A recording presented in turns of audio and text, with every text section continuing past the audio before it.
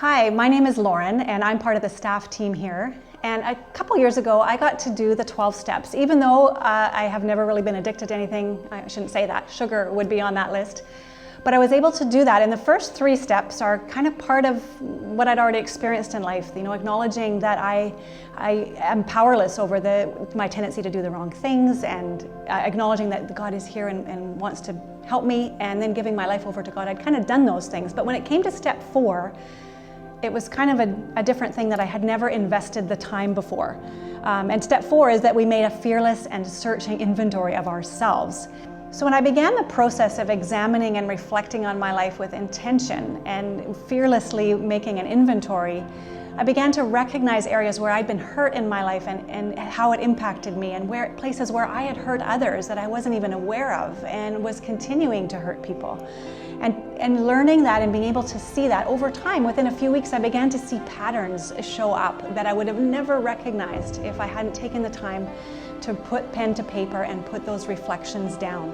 And although it felt uncomfortable to stay in that place for a length of time, being held in that place with other people doing that, but also bringing light into dark areas that had not seen the light of day in a long time, was incredibly life-giving and totally worth the investment of time. Hello. Welcome. So glad that you have decided to spend a little time with us this morning here at the meeting place. If we haven't had a chance to meet yet, my name is Rod. I'm one of the pastors here. Welcome here. We've been exploring the 12 steps and kind of seeing in them a mirror or reflection that can help any of us if we choose to explore that path, to discover more about ourselves and to find freedom, perhaps in ways that we haven't found freedom before. June 6th, 2006, it was a warm, sunny Vancouver Island evening. After supper with my family, I went out to the backyard to start a fire, to burn some yard waste, some branches. It was a regular event where we used to live down in Ladysmith.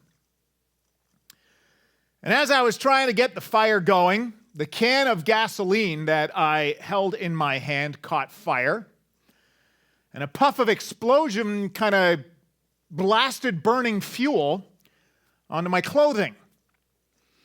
And it happened so quickly that I stood there for a moment trying to just slap it out. But after a couple of seconds, I couldn't see anything through the flames in my face, and so I remembered the stop, drop, and roll thing, and I hit the ground and started rolling. And since there was fuel on my clothing, every time I would roll, I would just keep bursting into flames. I finally ended up laying face down in the grass, covering my face with my hands, and when it was over, I had 2nd and 3rd degree burns on my right arm, chest, neck. My lips and my my right ear were burned. The ambulance ride was a blur.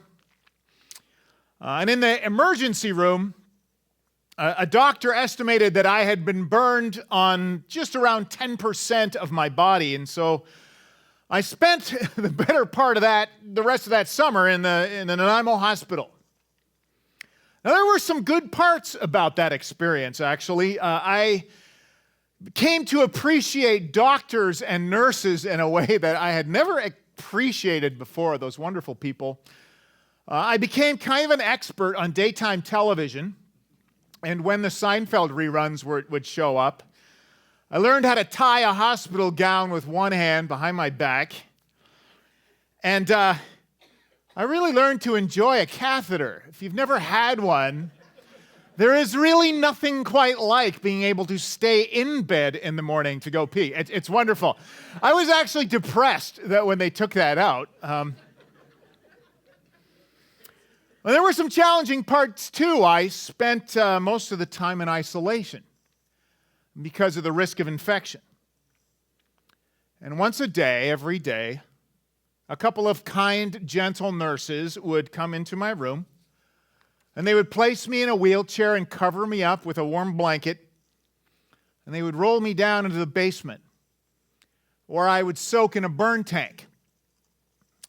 And after that, I would lay down on a table for something called debridement, When you have a burn, in order to prevent infection from forming, they have to peel off, debride the new skin that forms over the burn, and they have to do it every day. And they do it with tweezers and these rough scraper pads. And without debridement, infection builds up under that new skin, and you could die. And so every day, as 12 noon approached, my cool, cream-covered, soothing bandages were removed. The shock of wound hitting open air, raw under bright lights. I remember hearing the clink of sharp metal gleaming things on trays and feeling that right here. My own heartbeat thundering in my ears. Every day, I'd have to psych myself up to face that moment the clock struck noon. Because I had to choose to surrender to that process, to submit, to trust in the face of fear, and the fear of pain, the fear of whether the nurses had properly sterilized. I remember thinking, what if this is actually the part where I get an infection? I had all this fear. I had to choose to trust that whatever was about to happen was going to be good for me. But the choice never got easier, even though I knew that. And as I've been thinking about step 4 for the last month, that memory just kept surfacing and coming to mind. Step 4 is a little like peeling off a bandage that's been covering the infected junk that has brought you to the place you find yourself in step 1. Step 1, with its admission of personal powerlessness over that blank in your life, whatever it is that has been sabotaging your life and rendering it unmanageable in some way. Now, in AA, that blank is alcohol, but it can be any number of things, from Percocet to people-pleasing. Any dependency, any physical or emotional compulsion or pattern that has shown up and sabotaged our lives. Step 4, as Lauren mentioned in that video, goes like this: made a searching and fearless moral inventory of ourselves. It's where we personally, for ourselves, take an honest look at what's underneath our bandages and identify those coping strategies, those behaviors that we have used to cover our wounds, to mask our fears, to cope with our resentments. And if we choose to work through this in the 12 steps, if we choose to tackle step 4, we do so because we know in our heart of hearts, in our quietest, most honest moments, that if we don't do this, some part of us will die. Without dealing with our blank in this way, a part of our heart will die. A part of our future will die. Without debriding why we keep doing the same unhelpful, destructive things over and over again, our marriage, our health, career, relationship with our kids, whatever it is, our dreams, something we desperately want to live will die. And it is through honest self-examination of our hurts and our fears and our guilt and our shame that we become open to being healed. And there's a good reason why in the 12 steps, step 4 comes after steps 2 and 3, because trusting in a higher power, trusting in God, that God will be there for you, helping you through this, is super helpful. Because step 4 is intensely personal. It is us looking at our junk, exposing our hang-ups, our guilts, our fears, our resentments. It can be uncomfortable, even though we all struggle with this stuff. We all have guilty feelings about stuff. We all have fears. We all hang on to resentments and magnify them. We all have negative patterns of behavior. We have corrosive attitudes, infected threads that have squirmed their way into our lives. We all have that. We all do. And that stuff, it's easy for us to see in other people, right? Pointing out things like impatience or intolerance or selfishness in other people is easy. But doing that never helps us with our stuff, ever. Jesus said as much when he said this. He asked, "Why do you look at the speck of sawdust in your brother's eye and pay no attention to the plank in your own eye? First take the plank out of your own eye. Only then can you hope to see anything, including your own life, clearly." I'm a recovering know-it-all. For most of my life, as I look back, I have been driven by the need to be right. I never shied away from an argument. And when I'm honest, at times I have enjoyed steamrolling people with facts and rhetoric, not caring if your little duck feelings got hurt in the process. Because to me, being right has often been more important. A number of years ago, one afternoon, I went to visit my parents, and they're elderly. And we ended up getting into a heated discussion. It was about politics, something they had watched on the news.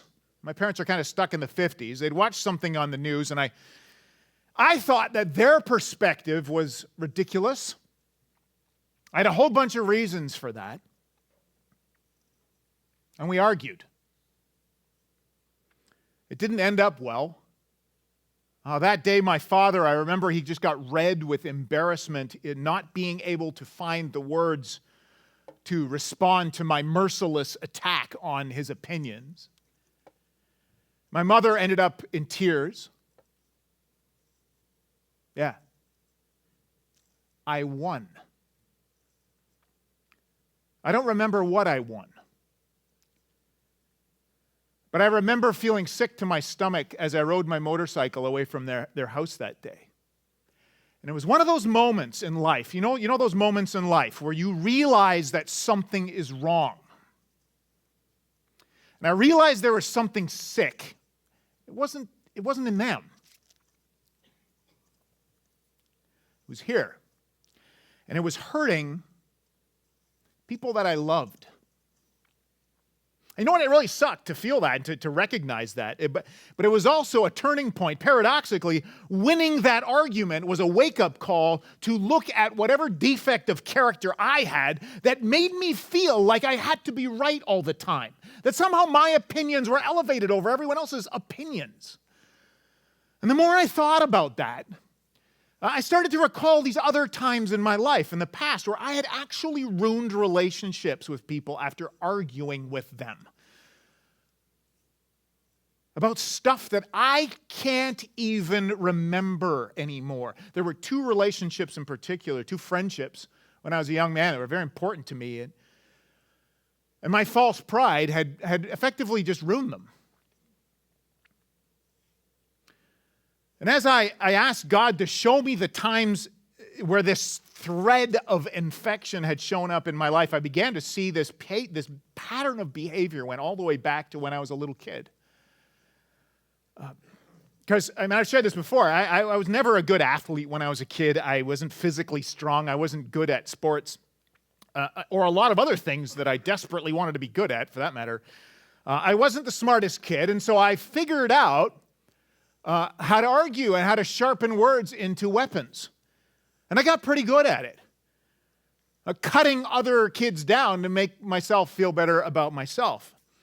And I used that skill that I developed, that coping strategy, with my parents, my sister, my cousins, the kids on my street. It almost didn't matter what the topic was. I remember sometimes I would my friends would say, they would tell me, you just pick the opposite side of an argument just to pound people into the ground. And I had to look back and think, yeah, I used to do that.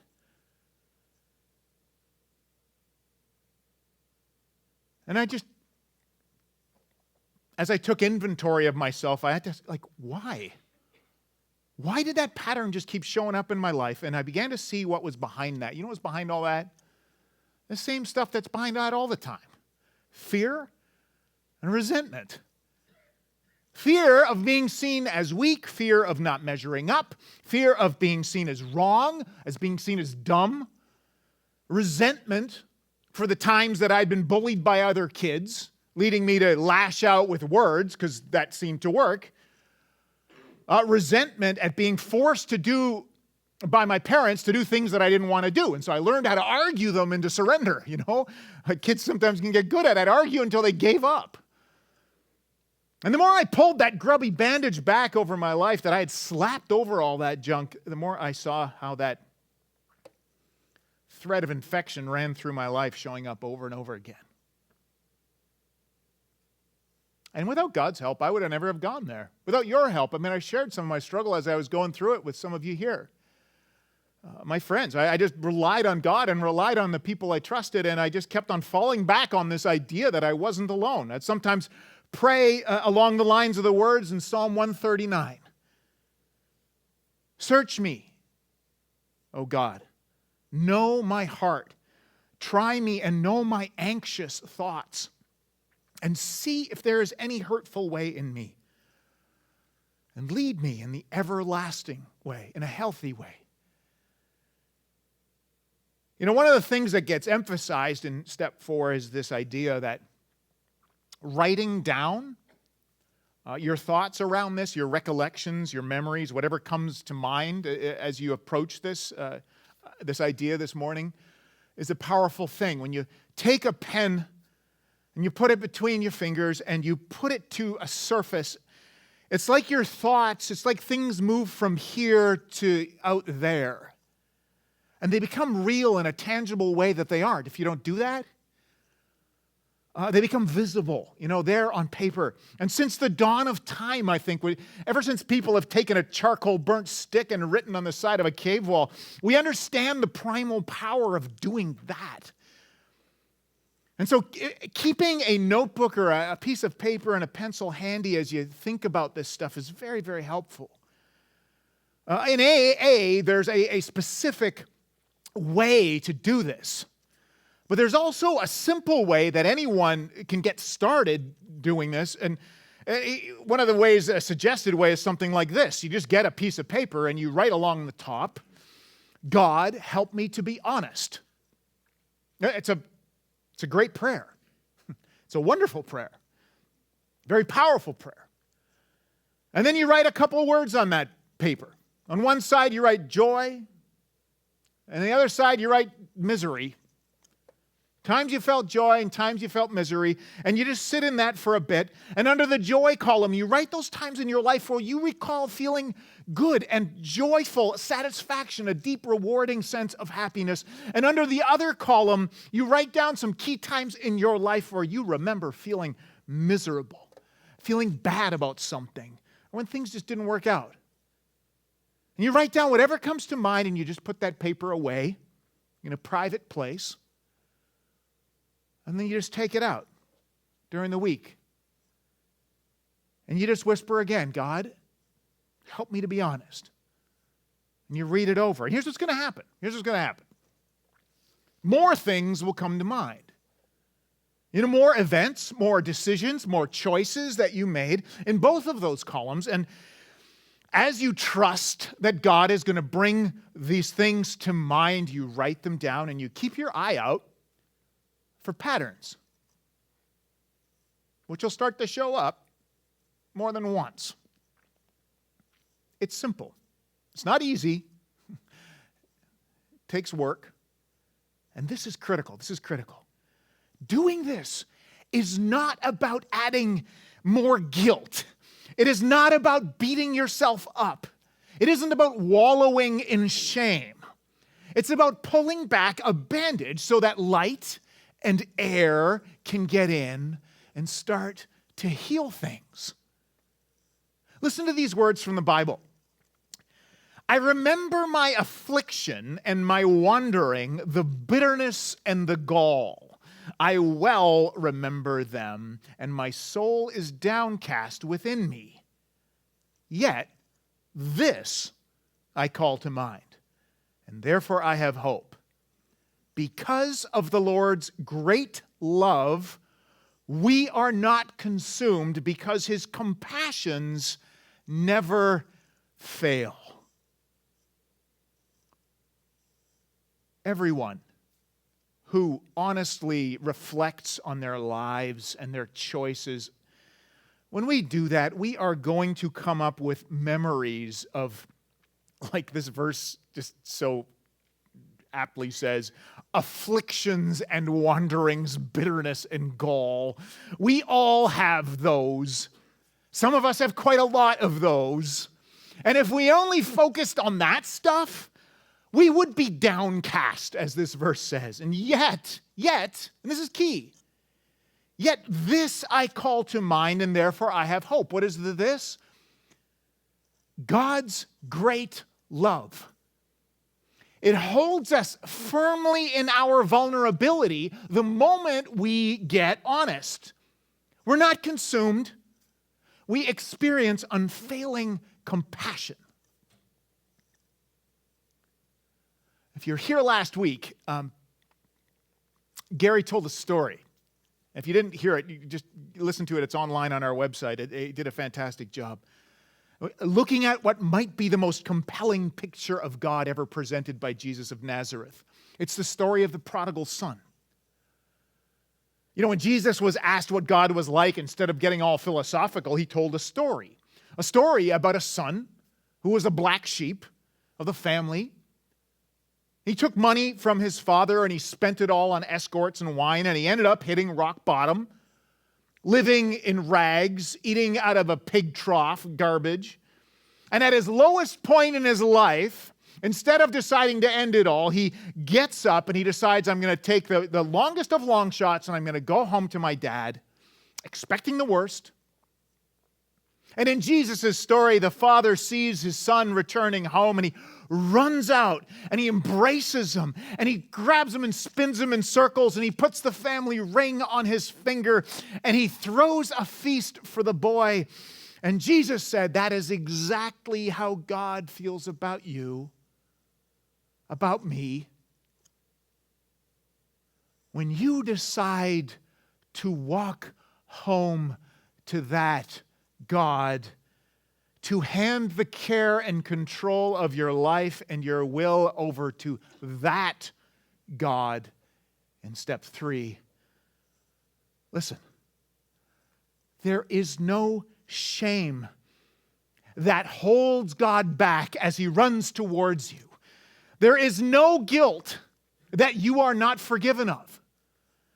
There is no guilt that prevents him from picking you up and spinning you around out of sheer joy and sheer love. There is no fear that God will ever leave you alone with.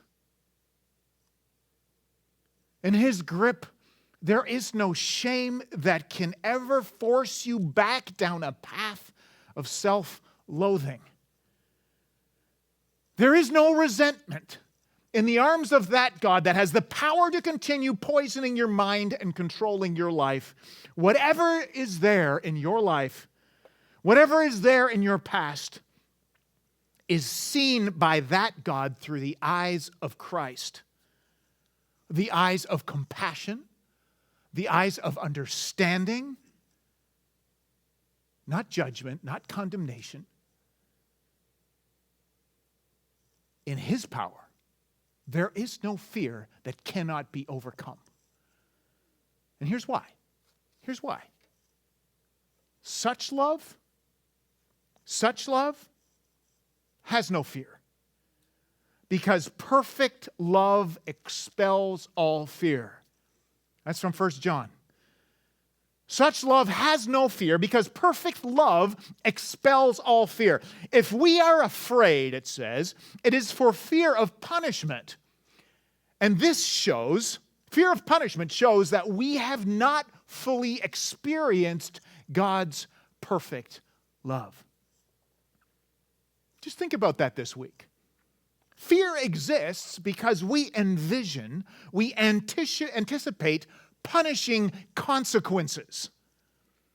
Punishing consequences of our character defects, the consequences of our impatience, our selfishness, our perfectionism, our dishonest thinking, false pride, self-pity, whatever it is. But, and here is the best news ever. It's why it's called the good news, the gospel. That's the word, good news. Through accepting God's perfect love for us, His limitless compassion, His wonderful mercy, His amazing grace becomes available and flows into us, and fear is forced to release its death grip on our lives. The moment that we decide to peel back the bandage, the moment that we decide to lift off our mask, the moment we decide we are going to choose to be vulnerable, we find ourselves accepted, protected. We receive mercy. We receive grace, unearned favor. And just as darkness shrinks back the moment a candle is lit, so our fears shrink in the light of God's love. Perfect love. The only place in this world we find perfect love. The love of God as revealed in Jesus of Nazareth. For you and for me. Next week we're going to continue. Before we do, let's pray together. Would you join me in your own way? I'm just going to pray a prayer. Feel free to follow along if you like. God, please help us to be honest. We ask that you would help us to have the courage to search out the things in our character that hurt us and hurt those we love. Help us to see where resentment might have taken hold, and most of all, help us to see our part in all of that. Help us to understand where and why we have been self-seeking and frightened and dishonest. And so we ask, loving Father, that you would, through your perfect love, remove our resentments, release us from our fears. We accept your forgiveness, your love, and your grace. And we pray that you would show us where our fears are preventing us from living life in the glorious liberty of a child of God. And we pray for the courage to peel back the bandage so you can heal us. Help me to be honest.